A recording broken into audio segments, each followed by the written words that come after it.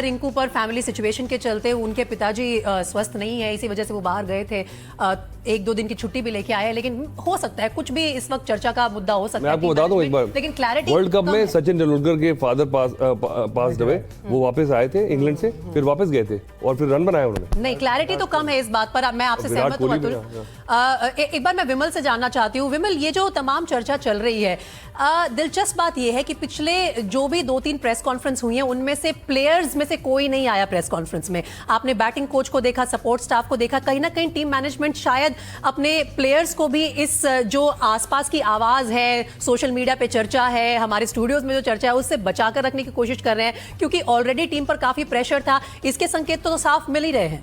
देखिए, सूर्य कुमार यादव तो आए थे और वो बहुत ही बोल्डली सारे क्वेश्चंस को लेते हैं, जहां उनको मजाक उड़ाना होता है उड़ाते हैं। सपोर्ट स्टाफ ऑफ कोर्स आ रहा है और हारने के बाद सितांशु कोटक अगर आए हैं तो ज़ाहिर तौर पे मतलब एक शील्डिंग की कोशिश तो होती ही है।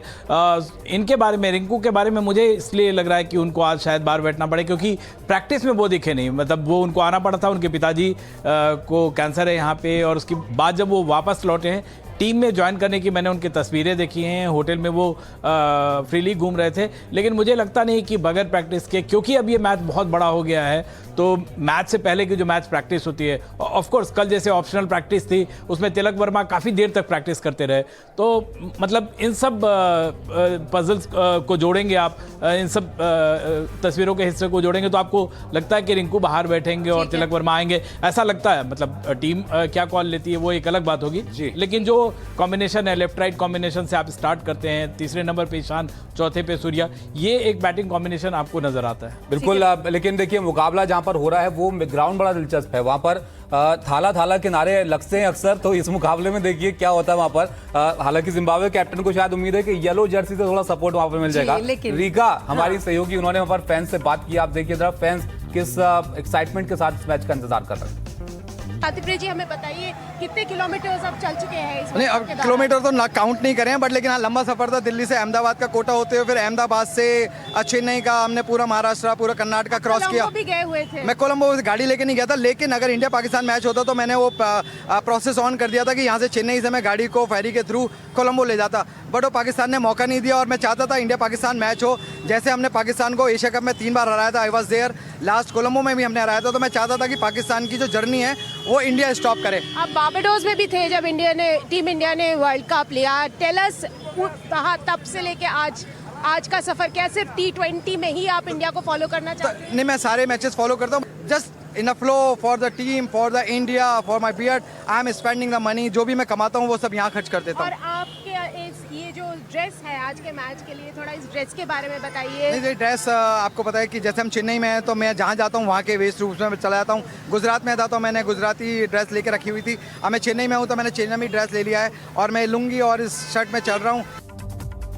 तो चलिए, फैंस तो काफी एक्साइटेड हैं आज के मुकाबले को लेकर। अब होना भी चाहिए, क्योंकि देखिए साउथ अफ्रीका ने जो भारत के लिए थोड़ा सा काम करना था वो कर दिया है। हालांकि इसमें हमारा कोई योगदान नहीं है, लेकिन इस वक्त जो साउथ अफ्रीका की टीम है उनका मुकाबला खत्म हो गया है और वो वेस्ट इंडीज से जीत चुके हैं। दक्षिण अफ्रीका ने वेस्ट इंडीज को हराया है इस मुकाबले में, एक और जबरदस्त जीत दर्ज की है। दक्षिण अफ्रीका अब एकमात्र ऐसी टीम है जो इस पूरे टूर्नामेंट में अब तक एक भी मैच नहीं हारी है। 9 विकेट से वेस्ट इंडीज को हराया है। आज के दोपहर के इस मुकाबले में अहमदाबाद ने 176 रन का पीछा करते हुए दक्षिण अफ्रीका ने 177 रन बनाए 16.1 ओवर में और एक ही विकेट गंवाया इस लक्ष्य का पीछा करते हुए। तो अब पूरी की पूरी जिम्मेदारी भारतीय टीम की है कि वो अपने दोनों जो मैचेस हैं, जिम्बाब्वे के खिलाफ आज रात का मैच और फिर 1 मार्च को वेस्ट इंडीज का मुकाबला, जीते और सेमीफाइनल्स में अपनी जगह पक्की करे। इसी के साथ दक्षिण अफ्रीका अब दूसरी टीम बन गई है, इंग्लैंड को ज्वाइन करेंगे जो सेमीफाइनल्स में अपनी जगह बना चुके हैं T20 वर्ल्ड कप के। तो जल्दी से कमेंट्स ले लेते हैं अपने मेहमानों से इस पर भी। अतुल, गुड न्यूज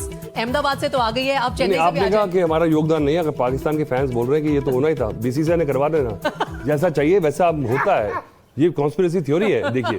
तो चलिए, वो क्योंकि इतना मैनिफेस्ट कर रहे हैं तो हमारा काम हो ही जाता है। कोई तो काम करे। दूसरी बात है, मैं बोरिया से एक सवाल पूछना चाहता हूं। वो जो रन रेट वाला जो कैलकुलेशन था, भूल जाइए उसको, खत्म कर दी। मैं बोरिया से, आपने प्रेस कॉन्फ्रेंस के बारे में बात करी थी, मैं बोरिया से पूछ रहा था, एक ऐसे लिख सकते हैं उस पर कि क्योंकि मुझे आपको लगता नहीं बोरिया कि थोड़ी सी इंडियन टीम की जो प्लेयर्स हैं थोड़े कॉकी नजर आ रहे थे और शायद इसीलिए मैच हारने के बाद अब उन्होंने कोच को भेजा?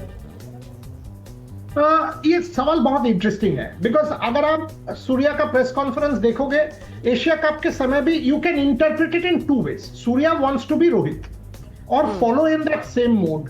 सो एट वन लेवल आप इसको कॉकी इंटरप्रेट कर सकते हो and you are right. At another level आप इसको विटी इंटरप्रेट कर सकते हो. जब तक ये चल रहा था तब तक लोग हंस रहे थे विटी है, अरे पाकिस्तान इंडिया तो राइवलरी नहीं है. But 8-0 Boria, कोई rivalry नहीं होता है. you are from that generation where you have seen Tendulkar, Dravid, you know, Lakshman and all these players. Have you ever seen that kind of tone and tenor? कभी नजर नहीं आई है. बिल्कुल फर्क है. वो भी कॉन्फिडेंस थे, वो भी विटी थे, पर ऐसी बात होती नहीं थी कि बिल्कुल एकदम से आप एकदम से आप थोड़ा सा लगता है कि Attitude over the pay top. overall सवाल जब जीत रहे हो तो ठीक है. I understand आप कहां से ये कह रहे हो and you have a point. Having said that, मैं सूर्या को बहुत अच्छी तरह से जानता हूं. बहुत दिन से जब वो टीम में नहीं आता था तब से आज तक. I don't think Surya is a cocky person. He is a witty person and he tries to put on that. But आप इसको 100% ऐसे इंटरप्रेट कर सकते हो. नंबर 2, वाई आप कोच को भेज रहे हो? ऑब्वियसली आप प्लेयर्स को एक्सपोज नहीं करना चाहते. प्रेस के सामने डिफिकल्ट सवाल आएंगे. आप जानते हो अभी रायन या सितांशु या ऐसे किसी को आप भेजोगे so that you insulate the players from the pressure. So that is why आपने भेजा है. So that part of your question is 100% correct. क्या ये कॉकी था? There is a very thin line. Cocky और witty. If you ask me, I would not have done a press conference like that because there is no need. You don't need to answer in that tone and tenor because अगर आप हार जाओगे, then it will come to bite you, which is what is happening now. जी जी, और वही हुआ है भारतीय team के साथ.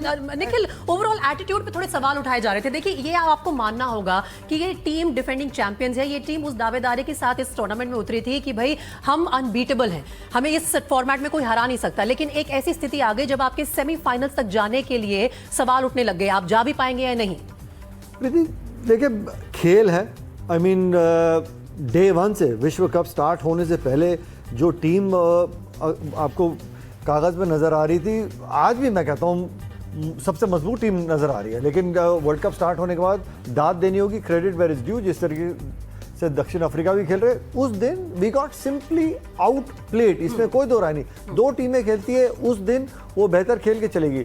और ये एटीट्यूड और मैं मानता हूँ और ये प्रेस कॉन्फ्रेंस में आना ना जाना एक वो बड़ा निजी थिंग है. वो जो है वो प्रश्न जो है वो कप्तान वो कोच हम खिलाड़ी को भेजे ना भेजे. देखिए, अपडेट ये आ रहा है कि टीम इंडिया के लिए जो इससे पहले का मुकाबला था वो वेस्ट इंडीज जीत गई है. तो अब समीकरण थोड़े से आसान यहाँ पर हो गए हैं. अब सिर्फ मैच जीतना है. दोनों मुकाबले नॉकआउट हैं. जिम्बाब्वे को रहिए, वेस्ट इंडीज को रहिए, आप यहाँ पर क्लियर हो जाइए. तो अतुल, साइकोलॉजिकली असर डालेगा ये इस बात को लेकर कि अब आपको सिर्फ अपने गेम पर फोकस करना, आपको रन रेट की टेंशन नहीं लेनी. ये भी मैं हैरान हो रहा हूँ कि ये बात कर रहे हैं जिम्बाब्वे और इंडिया के लिए फंसे पड़े हैं. 11 नंबर की टीम है जिम्बाब्वे, पर देखिए वही मैं तब ना जब आपको जिम्बाब्वे को एक बड़े मार्जिन अच्छी बात है. मुझे लगता है T20 में ऐसा होता है. वहां पे बड़ा मजा आ रहा है. वहां बारिश हो जाए, क्योंकि यही मजा है. अगर जो रेटिंग वाली टीम है वही जीतती रहेगी तो मजा नहीं है. तो ये T20 मैंने बार बार कहा है कि कुछ पता नहीं भैया. तो जिम्बाब्वे जिस तरह से खेली है, पर आज मुझे लगता है वो अपनी बेस्ट क्रिकेट खेल चुके हैं. एक बार ये देख लेते हैं सुपर 8 का जो सफर है अभी तक का टीम्स का, वो हम दिखा देते हैं इस टेबल के जरिए. देखिए, दक्षिण अफ्रीका के इस वक्त दोनों मुकाबले वो जीत गए हैं. 4 पॉइंट्स उनके पास, प्लस 2.890 नेट रन रेट है. वेस्ट इंडीज अभी भी दूसरे स्थान पर है क्योंकि उन्होंने एटलीस्ट एक मैच जीता है. भारत ने अभी सुपर 8 में अपना खाता नहीं खोला है और इसीलिए हमारा जो नेट रन रेट है वो सबसे बड़ी जो सरदर्दी बना हुआ था वो अभी भी -3.880 है. अगर आज का मुकाबला हम जिम्बाब्वे से जीते हैं तो इसमें सुधार जरूर होगा. नहीं, लेकिन अब प्रीति अब नेट रन रेट ना खत्म हो गया. वो पॉइंट्स टेबल पे आप देखिए ना, दक्षिण अफ्रीका ऊपर से ऊपर निकल जाएगी. वेस्ट इंडीज एक मुकाबला जीती हुई है. भारत का एक मुकाबला आज जो जिम्बाब्वे से और अगला मुकाबला वेस्ट इंडीज से. अगर वो दोनों मैचेस जीत गए आपके 4 अंक हो जाएंगे. बाकी वेस्ट इंडीज की टीम जो है वो 2 अंक पे रह जाएगी. तो टॉप 2 टीम्स क्वालिफाई कर जाएंगी. अब नेट रन रेट का मामला ना खत्म हो गया. दक्षिण अफ्रीका ने बहुत बढ़िया काम करके दिया. कहते हैं ना सर, गेम में साइकोलॉजिकल गेम भी बहुत काम करता है. आज की डेट में जब वर्ल्ड कप साइकोलॉजी ताबिश में बताता हूँ. विश्व कप में साइकोलॉजिकल ये सब चीजें ना, समीकरण जो है ना, नेट रन रेट, वो कहते हैं कि उनको नहीं फर्क पड़ रहा. देखिए, जब वर्ल्ड कप शुरू हुआ था तब सबसे मजबूत टीम हमारी टीम थी. ये बात तो आप मानेंगे. सबको इस बात की फिक्र थी कि इंडिया को कैसे टैकल वर्ल्ड कप की हिस्ट्री है. जो टीम लुढ़कते वक्त पहुंचती है वो जीतती है एंड में, आपको बता दूं मैं। तो ये मुझे अच्छा लगा, ये होना था कि फाइनल में होने से बेटर है यहाँ हो जाए, एक झटका लग एक वेकअप कॉल, एक वेकअप कॉल। अगर एक वो वेकअप कॉल चाहिए थी वो मिल गई दक्षिण अफ्रीका के खिलाफ सुपर 8 के इस मुकाबले में। हम सब इंडियन फैंस तो यही उम्मीद कर रहे हैं कि आगे का सफर जो है वो थोड़ा आसान बीते, लेकिन संकेत कैसे आ रहे हैं बुरिया? अगर देखा जाए वेस्ट इंडीज के खिलाफ भी एक और मुकाबला भी जीतना होगा। अगर आप एज्यूम करके चलें कि आज हम जिम्बाब्वे के खिलाफ जीत रहे हैं तो भी वेस्ट इंडीज इतना आसान नहीं होने वाला है। इस बात के बारे में हम चर्चा करेंगे, लेकिन एक छोटा सा ब्रेक यहां पर ले रहे हैं। ब्रेक के बाद ये शो जारी रहेगा और हम सब इंतजार कर रहे हैं जिम्बाब्वे और भारत के बीच उस सुपर 8 मुकाबले की जो करो या मरो वाली स्थिति लेकर आया है भारत के।